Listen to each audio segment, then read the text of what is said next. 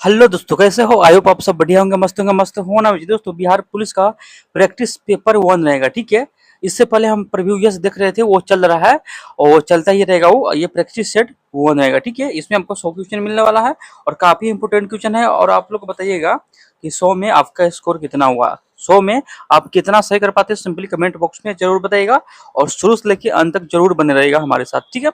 और एक खान सर का बुक है, ये जो है खान सर का बुक है, काफी इंपोर्टेंट क्वेश्चन इसमें है। तो सिंपली चैनल पर नए, चैनल को सब्सक्राइब, वीडियो को लाइक शेयर कमेंट जरूर कीजिएगा, ठीक है। और इसका पीडीएफ आपको टेलीग्राम पे मिलेगा। कहा तो टेलीग्राम पे इसका पीडीएफ मिलेगा, तो सिंपली जाके वहां से रिवीजन कर सकते हैं या एक बार दो बार वीडियो देख के भी रिवीजन आप कर सकते हैं, ठीक है। तो चलिए देर न करते हुए वीडियो को स्टार्ट करते हो। सबसे प्रथम नंबर क्वेश्चन आपके स्क्रीन पे है। सबसे प्रथम नंबर क्वेश्चन की, अमेरिका के स्वतंत्रता संग्राम के नेता कौन थे? अमेरिका के स्वतंत्रता संग्राम के नेता कौन थे? अमेरिकी यानी अमेरिका के स्वतंत्रता संग्राम के नेता कौन थे? तो वाशिंगटन हो जाएगा, ऑप्शन नंबर डी वाशिंगटन हो जाएगा। अमेरिकी के प्रथम राष्ट्रपति की बात करें, जॉर्ज वाशिंगटन थे, याद रखिएगा, ठीक है। चलिए अगला देखते हैं। 15वीं शताब्दी में कौन से व्यापारी सबसे पहले हिंदी चीन पहुंचे? 15वीं शताब्दी में कौन से व्यापारी सबसे पहले हिंद चीन पहुंचे? तो कौन सा हो जाएगा? पुर्तगाली हो जाएगा, ठीक है। ऑप्शन नंबर ए पुर्तगाली हो जाएगा, ठीक है। 15वीं शताब्दी में पुर्तगाली व्यापारी सबसे पहले हिंद चीन पहुंचे। सर्वप्रथम भारत के समुद्री मार्ग की खोज की। कब खोज की? 1498 में समुद्री मार्ग की खोज की। 98 में पुर्तगाली यात्री वास्को डिगामा ने की थी। वर्तमान के स्वतंत्रता देश वियतनाम, लाहौस, कंबोडिया देश हिंद चीन में के फ्रांस के अधीन थे। यहाँ पे बोल रहा है कि 15वीं शताब्दी में पुर्तगाली व्यापारी सबसे पहले हिंद चीन पहुंचे और सर्वप्रथम भारत के समुद्री मार्ग की खोज की। और 1498 में खोज किया था। कौन किया था? वास्को डिगम्मा खोज किया था। किसने किया था? तो वास्को डिगम्मा खोज किया था, याद रखिए, वास्को डिगम्मा ने खोज किया था, ठीक है। चलिए अगला देखते हैं। बरदौली सत्याग्रह में मुख्य भूमिका किसने निभाई थी? बरदौली सत्याग्रह में मुख्य भूमिका किसने निभाई थी? बरदौली सत्याग्रह में मुख्य भूमिका किसने निभाई थी? बरदौली सत्याग्रह में मुख्य भूमिका किसने निभाई थी? वल्लभ भाई पटेल हो जाएगा, ऑप्शन नंबर ए सरदार वल्लभ भाई पटेल हो जाएगा यहाँ पे, ठीक है। बरदौली सत्याग्रह कब हुआ था? 1928 ईस्वी में हुआ था। बरदौली सत्याग्रह कब हुआ था? 1928 में हुआ था। बरदौली सत्याग्रह कब हुआ था? 1928 में हुआ था, जिसकी भूमिका सरदार वल्लभ भाई पटेल ने निभाई थी। यह सत्याग्रह गुजरात में हुआ। गुजरात में हुआ था। ये सत्याग्रह जो गुजरात में हुआ। गुजरात में किसानों ने जमीन की मालगुजारी बढ़ाने सरकार के निर्णय का विरोध किया। चलिए इसमें कोई इम्पोर्टेंट नहीं है। इम्पोर्टेंट यही कि बरदौली सत्याग्रह कब हुआ था? 1928 में हुआ था। और इसकी जो भूमिका निभाई थी सरदार वल्लभ भाई पटेल ने निभाया था। ये गुजरात में हुआ था, बस इतनी इम्पोर्टेंट, ठीक है। चलिए आगे देखते हैं। अमेरिका में नागरिक अधिकार आंदोलन किसके द्वारा शुरू किया गया? अमेरिका में नागरिक अधिकार आंदोलन किसके द्वारा शुरू किया गया? अमेरिका में नागरिक अधिकार आंदोलन जो शुरू किया था वो मार्टिन लूथर किंग जूनियर के द्वारा किया था। मार्टिन लूथर किंग जूनियर के द्वारा शुरू किया गया था, याद रखिएगा, ठीक है। चलिए आगे देखते हैं अगला क्वेश्चन। किस घटना ने राष्ट्रवाद की अवधारणा को जन्म दिया? किस घटना ने राष्ट्रवाद को अवधारणा को जन्म दिया? तो किस घटना ने? फ्रांस की क्रांति हो जाएगा। किस घटना ने? फ्रांस की क्रांति। फ्रांस की क्रांति कब हुई थी? 1789 में हुआ था। कब हुआ था? फ्रांस की क्रांति 1789 ईस्वी में हुई थी। यह क्रांति में कहा गया कि देश के लोगों के द्वारा ही राष्ट्र का निर्माण होगा। देश के लोगों के द्वारा राष्ट्र का निर्माण होगा। फ्रांस की क्रांति कब हुआ था? 1789 में। फ्रांस की क्रांति कब हुआ था? 1789 में, ठीक है। काफी यहाँ पे इंपोर्टेंट क्वेश्चन यहाँ पे नहीं बनता है, ठीक है। चलिए आगे देखते हैं। बिस्मिल्लाह खां कौन सा बाद बजाते हैं? काफी इंपोर्टेंट क्वेश्चन है और काफी बार पूछा जा चुका है बिहार पुलिस में, ठीक है। बिस्मिल्लाह खां कौन सा बाद यंत्र मतलब बजाते हैं? तो बिस्मिल्लाह खां आपको क्या बजाते हैं? शहनाई बजाते हैं। क्या बजाते हैं? शहनाई बजाते हैं बिस्मिल्लाह खां। बिस्मिल्लाह खां क्या बजाते हैं? शहनाई बजाते हैं। इन्हें भारत रत्न से भी सम्मानित किया है। इन्हें भारत रत्न से भी सम्मानित किया गया था। इनका जन्म 1916 ईस्वी में डुमराव बिहार में हुआ और मृत्यु 2006 में वाराणसी में हुआ। याद रखिएगा, ठीक है। इनका जन्म की बात करें 1916 में हुआ था। कौन सा गांव में? डुमरांव में हुआ था, जो बिहार में ही पड़ता है। और मृत्यु 2006 में वाराणसी में हुआ था। बिस्मिल्लाह खां कौन सा वाद्य बजाते थे? शहनाई। बिस्मिल्लाह खां कौन सा वाद्य बजाते थे? शहनाई। इंपॉर्टेंट है, याद रखिएगा। अगला है 7 नंबर क्वेश्चन है आपके स्क्रीन पे कि समाजवादी घोषणा पत्र के लेखक कौन है? समाजवादी घोषणा पत्र के लेखक कौन थे? समाजवादी घोषणा पत्र के लेखक कौन थे? Karl Marx. Karl Marx. समाजवादी घोषणा पत्र के लेखक कौन हो जाएगा? कार्ल मार्क्स हो जाएगा, ठीक है। कार्ल मार्क्स हो जाएगा, ठीक है। यह एक दस्तावेज वैज्ञानिक कम्युनिज्म के सिद्धांत के प्रवर्तक कार्ल मार्क्स और फ्रेडरिक एंगेल्स ने तैयार किया था। ये 21 जनवरी 1848 को पहली बार जर्मनी भाषा में प्रकाशित हुआ था। इसे प्राय समाजवादी घोषणा पत्र के नाम से भी जाना जाता है, ठीक है। चलिए, इंपोर्टेंट उतना ही है। समाजवादी घोषणा पत्र के लेखक कौन है? तो कार्ल मार्क्स के, याद रखिएगा इतना, ठीक है। द्वितीय विश्व युद्ध का तत्कालीन कारण, काफी इंपोर्टेंट क्वेश्चन है, ठीक है। द्वितीय विश्व युद्ध का तत्कालीन कारण क्या था? द्वितीय विश्व युद्ध का तत्कालीन कारण क्या था? द्वितीय विश्व युद्ध का जो तत्कालीन कारण था, पोलैंड पर जर्मनी का आक्रमण। पोलैंड पर जर्मनी का आक्रमण इसका तत्कालीन कारण था। चलिए, यहाँ पे देखते हैं कि विश्व युद्ध 1 सितंबर 1939 को जर्मनी ने पोलैंड पर आक्रमण किया। पोलैंड पर आक्रमण क्या कब किया था? 1 सितंबर 1939 को जर्मनी ने पोलैंड पर आक्रमण किया। इसी से यूरोप में द्वितीय विश्व युद्ध की शुरुआत हुई। यह युद्ध 1939 से 1945 तक चला। यह युद्ध धुरी राष्ट्र जर्मनी, इटली, जापान तथा मित्र राष्ट्र फ्रांस, ग्रेट ब्रिटेन, अमेरिका, रूस, चीन के मध्य हुआ, ठीक है। चलिए, द्वितीय विश्व युद्ध में 1 सितंबर 1939 को पोलैंड पर किसने आक्रमण किया? द्वितीय विश्व युद्ध में 1 सितंबर 1939 को पोलैंड पर किसने आक्रमण किया? किसने आक्रमण किया बताइएगा, याद किया? Adolf Hitler. ऑप्शन नंबर कौन हो जाएगा? B, Adolf Hitler. काफी इंपोर्टेंट है, एडोल्फ हिटलर। एडोल्फ हिटलर द्वितीय विश्व युद्ध में 1 सितंबर 1939 को पोलैंड पर जो आक्रमण किया था, वो किसने आक्रमण किया था? तो एडोल्फ हिटलर। एडोल्फ हिटलर, याद रखिएगा, ठीक है। क्योंकि विश्व युद्ध के बारे में पूछा जा चुका है और ये नहीं पूछा जा चुका है, तो ये भी पूछ सकता है, ठीक है। चलिए, आगे देखते हैं। हमारे सौरमंडल के किस ग्रह को लाल ग्रह के रूप में जाना जाता है? हमारे सौरमंडल के किस ग्रह को लाल ग्रह के रूप में जाना जाता है? तो मंगल ग्रह को लाल ग्रह के रूप में भी जानते हैं, मंगल ग्रह को, ठीक है। सौरमंडल में 8 ग्रह है, जो मंगल, बुध, बृहस्पति, शुक्र, शनि, अरुण, वरुण, पृथ्वी है। और मंगल ग्रह को लाल ग्रह कहते हैं, पृथ्वी को नीला ग्रह कहते हैं। मंगल ग्रह को कौन सा ग्रह बोलते हैं?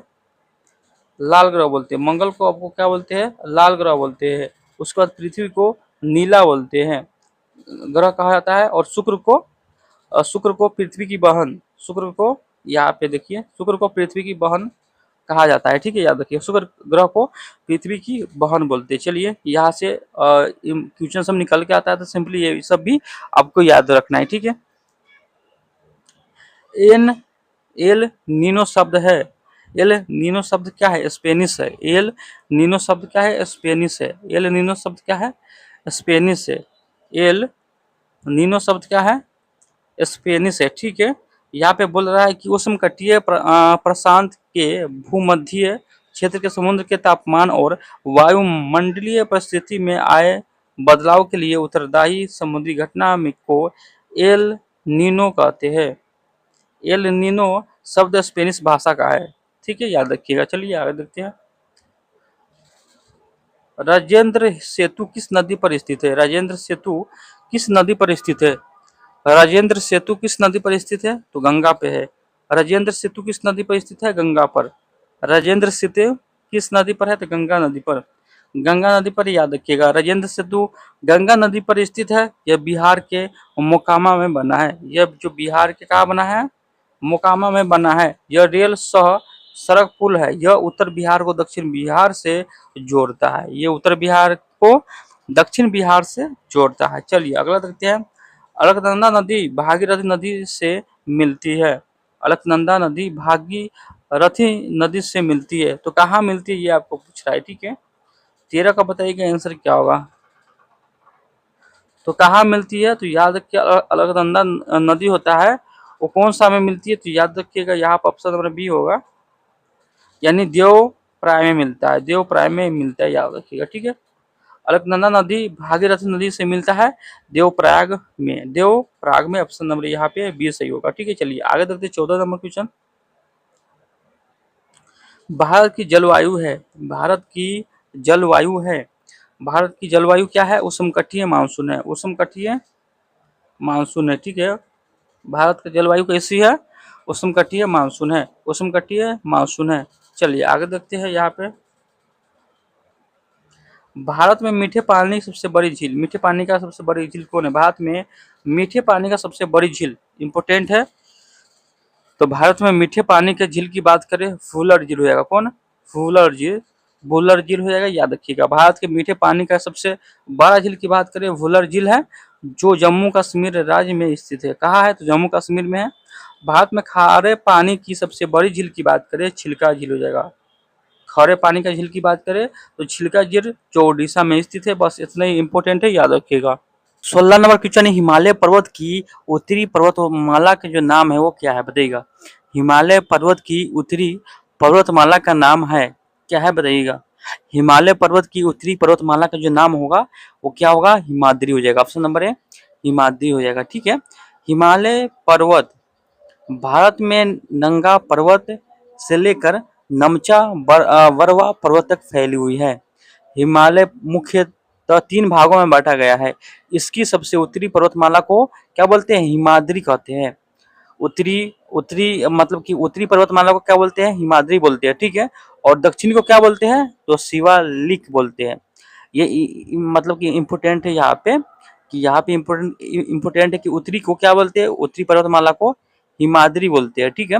और दक्षिणी को क्या बोलते हैं, शिवालिक बोलते हैं, ठीक है, याद रखिएगा। चलिए अगला क्वेश्चन है, किसे फॉरेस्ट मैन ऑफ इंडिया कहा जाता है, किसे फॉरेस्ट मैन ऑफ इंडिया कहा जाता है, किसे फॉरेस्ट मैन ऑफ इंडिया कहा जाता है, याद रखिएगा, जादव पयंक को, ऑप्शन नंबर सी जादव पयंक को, ठीक है। फॉरेस्ट मैन ऑफ इंडिया के नाम से असम के पर्यावरणीय कार्यकर्ता जादव मोलाई पयंक को कहा मतलब जाना जाता है, ठीक है।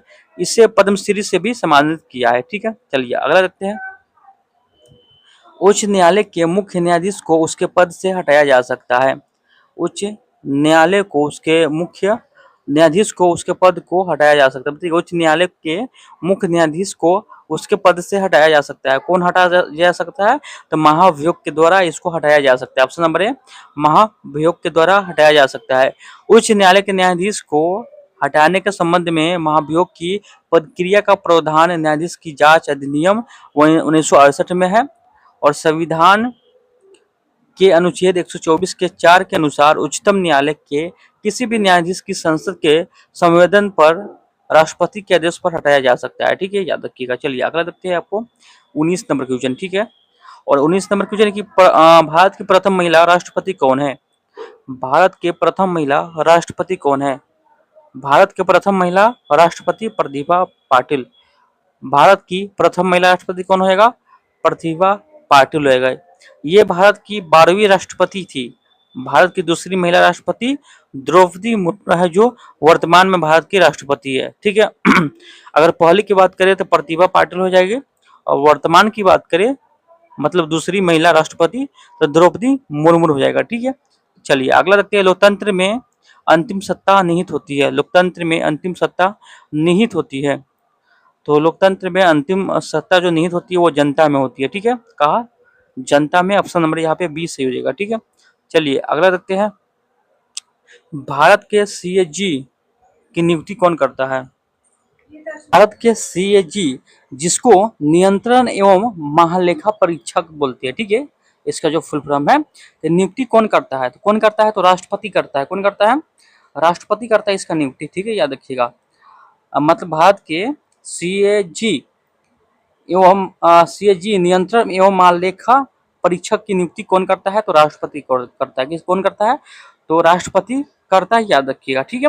यहाँ पे नियुक्ति कौन करता है? राष्ट्रपति करता है। संविधान के अनुच्छेद 148 के अनुसार राष्ट्रपति द्वारा की जाती है। इसका जो नियुक्ति होता है राष्ट्रपति के द्वारा होता है अनुच्छेद 148 के अनुसार, ठीक है, ये याद रखिएगा। अगला है, देश के प्रथम नागरिक होता है, बताइएगा देश का जो प्रथम नागरिक होता है वो कौन होता है? देश का प्रथम नागरिक कौन होता है? राष्ट्रपति होता है। देश का प्रथम नागरिक कौन होता है? राष्ट्रपति होता है।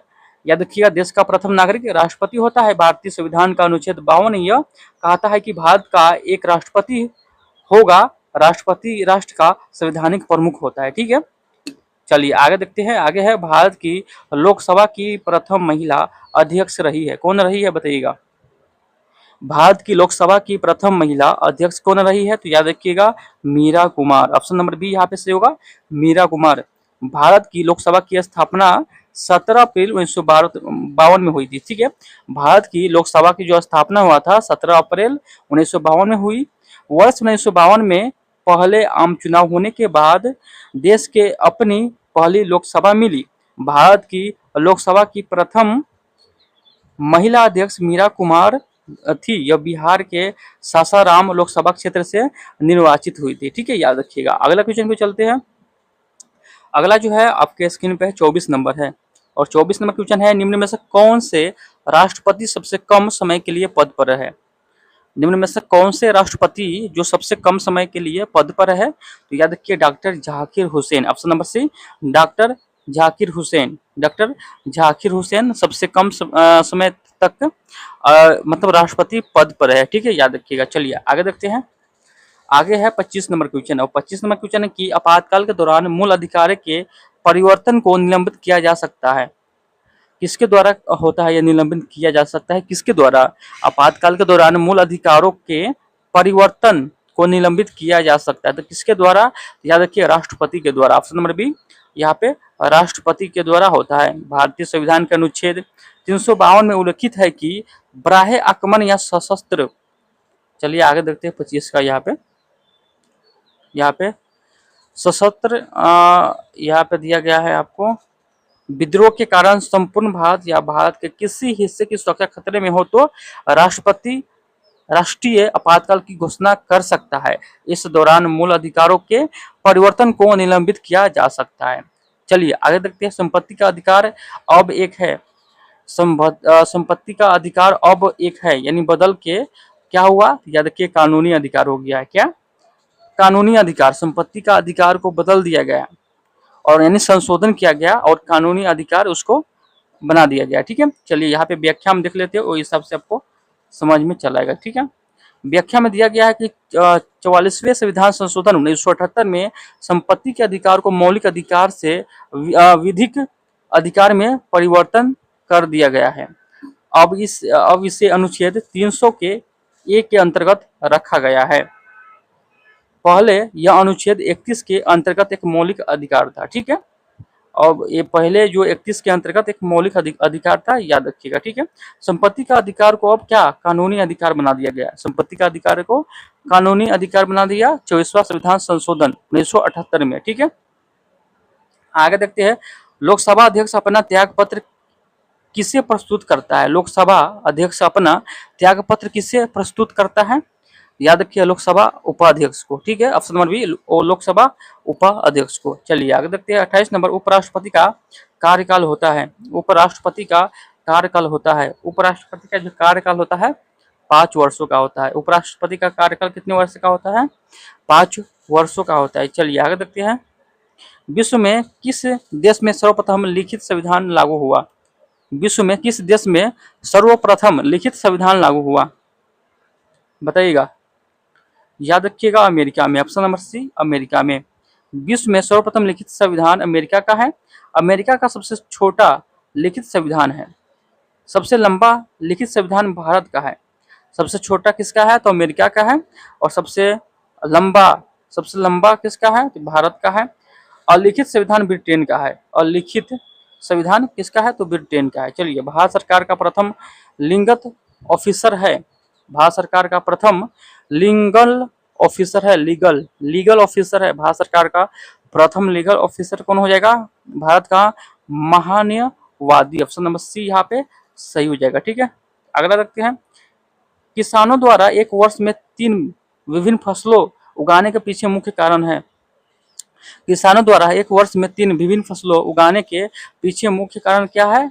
याद रखिएगा, सुविकसित सिंचाई प्रणाली, सुविकसित सिंचाई प्रणाली, सुविकसित सिंचाई प्रणाली। ठीक है, चलिए आगे देखते हैं। आगे जो है आपको 32 नंबर क्वेश्चन पाइएगा, और 32 नंबर क्वेश्चन आपके स्क्रीन पर है, और सारे क्वेश्चन आपके लिए इंपॉर्टेंट रहेगा। ठीक है, तो सिंपली याद करते ही चलिएगा, और इसका पीडीएफ लेना चाहते हैं तो आपको टेलीग्राम ग्रुप से ज्वाइन होना पड़ेगा, आपको डिस्क्रिप्शन में लिंक मिल जाएगा। ठीक है, कच्चा माल व हाथ में मुद्रा को कहा जाता है। कच्चा माल व हाथ में मुद्रा को कहा जाता है। कच्चा माल व हाथ में मुद्रा को क्या बोलते हैं? तो कार्यशील पूंजी।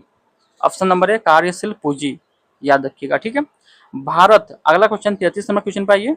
यहाँ पे दिया गया है, भारत जैसे देश में सर्वाधिक प्रचुर मात्रा में उपलब्ध उत्पादन साधन है। मात्रा में उपलब्ध उत्पादन का साधन है। यहाँ पे बोला गया है कि भारत जैसे देश में सर्वाधिक प्रचुर मात्रा में उपलब्ध उत्पादन का साधन है, तो क्या है? या देखिए श्रम है। ऑप्शन नंबर बी श्रम। सर्वाधिक यानी प्रचुर मात्रा में उपलब्ध उत्पादन साधन क्या है? श्रम है। चलिए आगे देखते हैं, और इसका हम व्याख्या पढ़े तो भारत जैसे देश में सर्वाधिक प्रचुर मात्रा में उपलब्ध उत्पादन का साधन श्रम है। वर्तमान में भारत विश्व में सबसे अधिक जनसंख्या वाला क्या है? देश है। ठीक है, श्वेत क्रांति निम्नलिखित में से किस अधिक से उत्पादन से संबंधित है? यानी श्वेत क्रांति है निम्नलिखित में से किसके अधिक उत्पादन से संबंधित है? तो श्वेत क्रांति यानी दूध से संबंधित है। ठीक है, ऑप्शन नंबर सी यहाँ पे दूध हो जाएगा। ठीक है, चलिए आगे देखते हैं। वस्तुओं व सेवाओं के उत्पादन के लिए आवश्यक है। वस्तुओं व सेवाओं के उत्पादन के लिए आवश्यक है, क्या आवश्यक है? वस्तुओं व सेवाओं के उत्पादन के लिए क्या आवश्यक है? तो याद रखिएगा क्या आवश्यक है? आपको भूमि भी आवश्यक है, और यहाँ पे श्रम और भौतिक पूंजी भी आवश्यक है। ठीक है, तो यहाँ पे ए और बी दोनों हो जाएगा। ठीक है, यहाँ पे बोल रहा है व्याख्या में, भौतिक पूंजी भूमि और श्रम वस्तुओं और सेवाओं को उत्पादन के लिए आवश्यक कारक है। इसके अलावा उद्यम और ज्ञान की आवश्यकता होती है। ठीक है, आगे है, भारत में ऋण के औपचारिक स्रोतों की कार्यप्रणाली का पर्यवेक्षण कौन करता है? भारत में ऋण के औपचारिक स्रोतों की कार्यप्रणाली का पर्यवेक्षण कौन करता है? तो कौन करता है? भारत रिजर्व बैंक, जिसको आरबीआई बोलते हैं। आरबीआई बोलते हैं जिसको भारतीय रिजर्व बैंक बोलता है। ठीक है, करता है ये। जीडीपी का तात्पर्य क्या है? इसका फुल फॉर्म क्या है? जीडीपी। जीडीपी तो याद रखिए सकल घरेलू उत्पादन। जीडीपी सकल घरेलू उत्पादन। जीडीपी में मतलब क्या होता है? सकल घरेलू उत्पादन, ग्रोस डोमेस्टिक प्रोडक्ट, जिसको बोलते हैं सकल घरेलू उत्पादन। ठीक है, आगे है, कल्प बेरोजगारी तब होती है जब लोग, क्या होता है? कल्प बेरोजगारी तब होती है जब लोग अपनी क्षमता से काम करते हैं।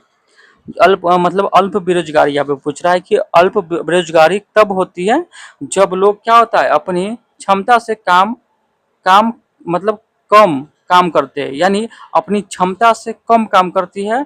जब मतलब जब कल्प बेरोजगारी हो जाती है तब अपनी क्षमता से कम काम करते हैं। कौन? लोग। ठीक है, जब लोग की अपनी क्षमता के, चलिए व्याख्या भी देखते हैं, जब लोग को अपनी क्षमता के कहा दिया गया है, क्षमता के अनुसार काम नहीं मिलता है, अर्थात थोड़ा बहुत काम मिलता है, उससे कल्प बेरोजगारी बोलते हैं। ठीक है, कल्प बेरोजगारी बोलते हैं। भारत के ग्रामीण क्षेत्रों में किस प्रकार की बेरोजगारी पाई जाती है? भारत के ग्रामीण क्षेत्रों में किस प्रकार की बेरोजगारी पाई जाती है? तो याद रखिएगा ऑप्शन नंबर यहाँ पे सी हो जाएगा, दोनों मौसमी व प्रच्छन्न बेरोजगारी। यानी यहाँ पे मौसमी बेरोजगारी, छुपी हुई प्रच्छन्न बेरोजगारी, यानी दोनों हो जाएगा। ठीक है, आगे देखते हैं।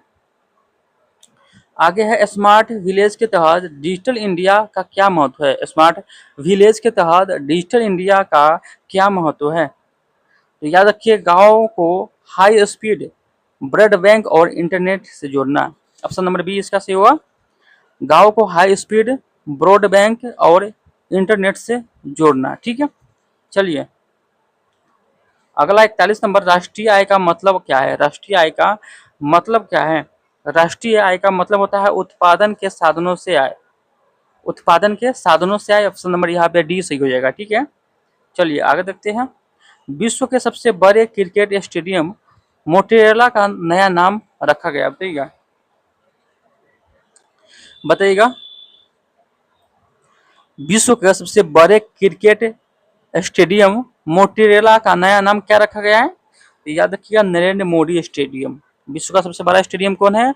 नरेंद्र मोदी स्टेडियम। इसका जो पहले नाम था, जो पहले नाम क्या था? Motera, Motera stadium, cricket stadium. इसको बदलकर नरेंद्र मोदी स्टेडियम रखा गया। ठीक है, जो कहाँ पे है? तो अहमदाबाद में है। ये गुजरात के कहा है? अहमदाबाद में स्थित है, याद रखिएगा।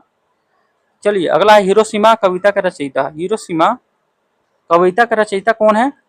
हिरोशिमा कविता का रचयिता आपको मिल जाएगा कौन सा?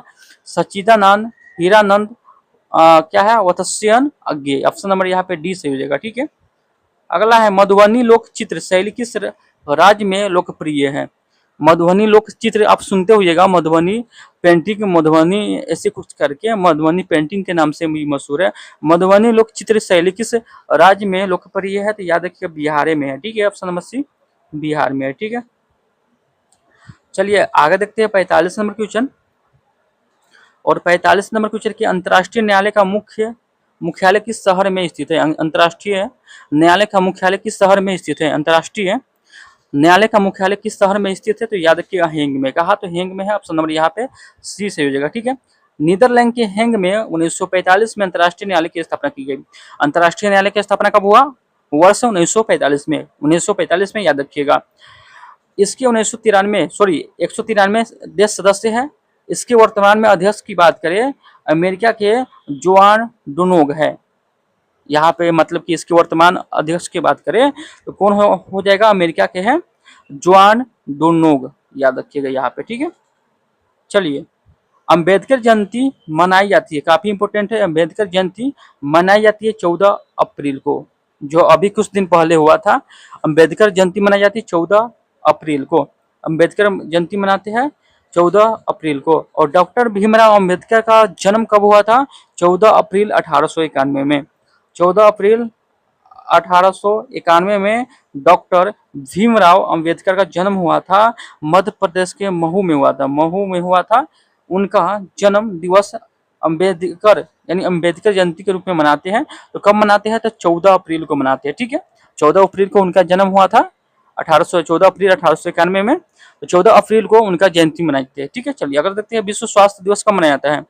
विश्व स्वास्थ्य दिवस कब मनाया जाता है? 7 अप्रैल को विश्व स्वास्थ्य दिवस कब मनाया जाता है, बताइएगा। जिसको WHO बोलते हैं। ठीक है, अगर पूछ दिया जाए WHO यानी यहाँ पे WHO इसको बोलते हैं, विश्व स्वास्थ्य संगठन इसे बोलते हैं। विश्व स्वास्थ्य दिवस कब मनाया जाता है? 7 अप्रैल को। कब? तो यहाँ पे 7 अप्रैल को। विश्व स्वास्थ्य दिवस 7 अप्रैल को विश्व स्वास्थ्य संगठन यानी WHO के द्वारा मनाया जाता है। एम्पियर की SI इकाई क्या है, बताइएगा। एम्पियर की SI इकाई क्या है? 48 नंबर क्वेश्चन का आंसर बताइएगा क्या होगा। एम्पियर का एम्पियर की इकाई क्या है? SI इकाई क्या है? तो याद रखिएगा विद्युत प्रवाह, ऑप्शन नंबर बी विद्युत प्रवाह। ठीक है, याद रखिएगा। यहाँ पे दिया गया है व्याख्या में एम्पियर की SI इकाई जो है विद्युत प्रवाह है, परंतु एमीटर से विद्युत धारा को मापा जाता है। एमीटर से विद्युत धारा को मापा जाता है। चलिए अगला है न्यूटन का सिद्धांत किसकी वजह से परिष्कृत हुआ है? न्यूटन का जो सिद्धांत हुआ है, सिद्धांत किसकी वजह से परिष्कृत हुआ है? तो याद किया क्वांटम फिजिक्स से। ऑप्शन नंबर ए क्वांटम फिजिक्स के कारण यह क्या सिद्धांत क्या हुआ है? परिष्कृत हुआ है। ठीक है, आगे देखते हैं। आज भी उपग्रहों के प्रक्षेपण में किसका प्रयोग होता है? आज भी उपग्रहों के प्रक्षेपण में किसका उपयोग होता है? तो याद रखिएगा गुरुत्वाकर्षण सिद्धांत, गुरुत्वाकर्षण सिद्धांत का उपयोग होता है। चलिए आगे देखते हैं 51 नंबर। किसने न्यूटनवाद को झूठा करार दिया? किसने न्यूटनवाद को झूठा करार दिया? तो किसने? याद रखिएगा क्वांटम फिजिक्स ने। Option number B quantum physics में हो जाएगा। ठीक है, चलिए अगला है निम्नलिखित कथनों को पढ़े और सही विकल्प का चुने। आइए यहाँ पे सही विकल्प चुनना है। तो 52 नंबर क्वेश्चन का आंसर बताइएगा। 52 नंबर क्वेश्चन का आंसर बताइएगा क्या होगा। तो यहाँ पे बोला गया है ऑप्शन नंबर 1 में कि एक ट्रांसफार्मर एक उपकरण है जिसका उपयोग विद्युत ऊर्जा के विद्युत शक्ति संचरण में किया जाता है, ठीक है, और विद्युत चुंबकीय प्रेरणा और पारस्परिक प्रेरणा के मूल सिद्धांत पर काम करता है, ठीक है। तो ये आपको सही है, ठीक है। और दूसरा, उपयोग किए गए कोर के माध्यम के आधार पर ट्रांसफार्मर को स्टेप ऑफ ट्रांसफार्मर और बी में बोला गया है स्टेप डाउन ट्रांसफार्मर के रूप में वर्गीकृत किया जाता है। तो ये आपको बिल्कुल गलत होगा, यानी ऑप्शन नंबर सिर्फ एक सही होगा, ठीक है। यहाँ पे तो यहाँ पे बोला गया है एक सही और दो सही, यहाँ पे ये गलत होगा, ठीक है। चलिए आगे देखते हैं। आगे जो है एक सही और दो गलत, ये होगा सही, ठीक है। ऑप्शन नंबर यहाँ पे बी सही होगा, ठीक है, याद रखिएगा, ठीक है। यहाँ पे एक सही है और दो क्या है, गलत है। ट्रांसफार्मर एक उपकरण है जिसका उपयोग विद्युत ऊर्जा के विद्युत शक्ति संरचना में किया जाता है। चलिए आगे देखते हैं। आगे है द्रवों का घनत्व नापने के लिए किस उपकरण का प्रयोग किया जाता है। द्रवों का घनत्व नापने के लिए किस उपकरण का उपयोग करते हैं, तो याद रखिएगा पिक्नोमीटर। पिक्नोमीटर ऑप्शन यहाँ पे डी सही होगा। अब पिक्नोमीटर यहाँ पे सही हो जाएगा, ठीक है। एनोमीटर पृथ्वी तल पर पवन का वेग नापते हैं। वेवामीटर से मिट्टी के यांत्रिक गुणों को नापते हैं। यूडियोमीटर से गैस मिश्रण के आयतन नापते हैं। और टेक्नोमीटर का द्रव्य का घनत्व नापते हैं, ठीक है, द्रव्य का घनत्व नापते हैं। यहाँ पे ये सारे आपको याद रखना है, याद कर लीजिएगा, ठीक है। बैगनी रंग के प्रकाश तरंग की लगभग रेडियस होती है, मतलब कितनी होती है। बैगनी रंग के प्रकाश की तरंग दैर्घ्य लगभग कितनी होती है, तो याद रखिएगा 455 300 से 390 nm। ऑप्शन नंबर यहाँ पे सी सही हो जाएगा, ठीक है। यहाँ पे सारा दिया गया है कि सबसे ज्यादा आपको सबसे ज्यादा लाल विचलित करता है यहाँ पे तरंग है, सबसे ज्यादा किसका है, तो लाल का है 740 से 622, ठीक है। और सबसे कम यहाँ पे किसका है, तो बैगनी का है, ठीक है। सबसे कम यहाँ पे किसका है, सबसे कम लगभग यहाँ पे बोला गया है, ठीक है। सबसे कम यहाँ पे 455 है, 440 है, नीला का है 440 है, ठीक है। आगे देखते हैं। कौन सा रासायनिक आतिशबाजी प्रदर्शित करते समय हरे रंग के लिए जिम्मेदार है, बताइएगा। कौन सा रासायनिक आतिशबाजी प्रदर्शन करते समय हरे रंग के लिए जिम्मेदार है, तो याद रखिए barium chloride. Option number C barium chloride. यहाँ पे दिया गया है, यहाँ पे आपको रंग दिया गया है, यहाँ पे रासायनिक नाम दिया गया है, ठीक है। ये भी आपको पढ़ लेना है, ठीक है। चलिए आगे देखते हैं। सर्दियों द्वारा बर्फ में नमक डालने से बर्फ पिघलने लगती है, क्योंकि क्या, तो क्योंकि बर्फ की सतह पर पानी के हिमांक बिंदु को कम करता है। ऑप्शन नंबर यहाँ पे सी सही हो जाएगा, ठीक है। अगला है निम्नलिखित में से कौन सा तत्व एक अधातु जो अच्छे तापमान पर द्रव्य अवस्था में रहता है, यह हो जाएगा ब्रोमीन हो जाएगा। ऑप्शन नंबर बी ब्रोमीन हो जाएगा, ठीक है। निम्न में से किस तत्व की परमाणु त्रिज्या सबसे छोटी होती है, निम्न में से किस तत्व की परमाणु त्रिज्या सबसे छोटी होती है, बताइएगा। 58 का आंसर क्या होगा, तो 58 के आंसर की बात करिएगा। निम्नलिखित में से किस तत्व की परमाणु त्रिज्या सबसे छोटी होती है, तो किसका होती है, तो क्लोरीन का होता है। ऑप्शन नंबर 20 का से होगा क्लोरीन, ठीक है। चलिए अगला क्वेश्चन को चलते हैं। 59 नंबर क्वेश्चन की ओर चलते हैं। 59 नंबर क्वेश्चन है कि CH3 COOCH2 CH3 का डायरेक्ट का सूत्र है, कि किसका सूत्र है ये आपको बताना है। यह देखिएगा एथिल एथिनोट का है। ऑप्शन नंबर सी इसका सही होगा, ठीक है। एथिनोइड का ये रासायनिक सूत्र है, याद रखिएगा। मक्खन का डायरेक्ट उदाहरण है, मक्खन डायरेक्ट का उदाहरण है, तो याद रखिए पायस का। ऑप्शन नंबर सी पायस का उदाहरण है, ठीक है। अगला है 61 नंबर क्वेश्चन। निम्न में किस लवण में क्रिस्टल जल के 10 अणु नहीं होते हैं, निम्नलिखित मतलब निम्न में से किस लवण में क्रिस्टलन जल के 10 अणु नहीं होते हैं, तो किसका, याद रखिएगा एप्सम सोल्ट में। Option number C Epsom salt में। अगला क्वेश्चन 62 नंबर क्वेश्चन। अंगूर की खेती में आमतौर पर क्या कहा जाता है, अंगूर की खेती को आमतौर पर क्या कहा जाता है, बताइएगा। अंगूर की खेती को आमतौर पर बीटी कल्चर बोलते हैं। Option number D BT culture. रेशम की उद्योग सेरीकल्चर। पक्षी पालन एविकल्चर। रेशम कीट हेतु शहतूत उगाना मेरीकल्चर। अंगूर की खेती विटी कल्चर। यहाँ पे ये सारे याद रखिएगा, ठीक है। चलिए अगला है निम्नलिखित में कौन सा विटामिन B6 का दूसरा नाम है, निम्नलिखित में से कौन सा विटामिन B6 का दूसरा नाम है? तो दूसरा नाम क्या है बताइएगा, इसका आंसर क्या होगा? पायरिडोक्सिन हो जाएगा, ऑप्शन नंबर सी पायरिडोक्सिन हो जाएगा। ठीक है, अगला क्वेश्चन को चलते हैं। पादप वायरस TMV का पूर्ण रूप क्या है, यानी पूरा नाम क्या है? पादप पादप वायरस TMV का पूर्ण रूप क्या है, या पूरा नाम क्या है, या फुल फॉर्म क्या है? बताइएगा, इसका आंसर क्या होगा? या देखिएगा, तो बेके mosaic virus option number A, तो बेको मोजेक वायरस यहाँ पे होगा। ठीक है, यदि TMV का पूरा नाम है टोबैको मेजेक वायरस। ठीक है, चलिए अगला है। मानव शरीर का कौन सा अंग इंसुलिन पैदा करता है?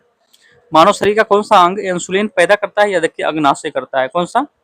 अग्नाशय करता है, ऑप्शन नंबर बी यहाँ पे सही हो जाएगा। अगला है, 1930 में सीवी रमन ने डेड्रेस के लिए नोबेल पुरस्कार जीता। 1930 में सीवी रमन ने डेड्रेस के लिए नोबेल पुरस्कार जीता। याद रखिएगा भौतिक शास्त्र के लिए, ऑप्शन नंबर सी भौतिक शास्त्र के लिए।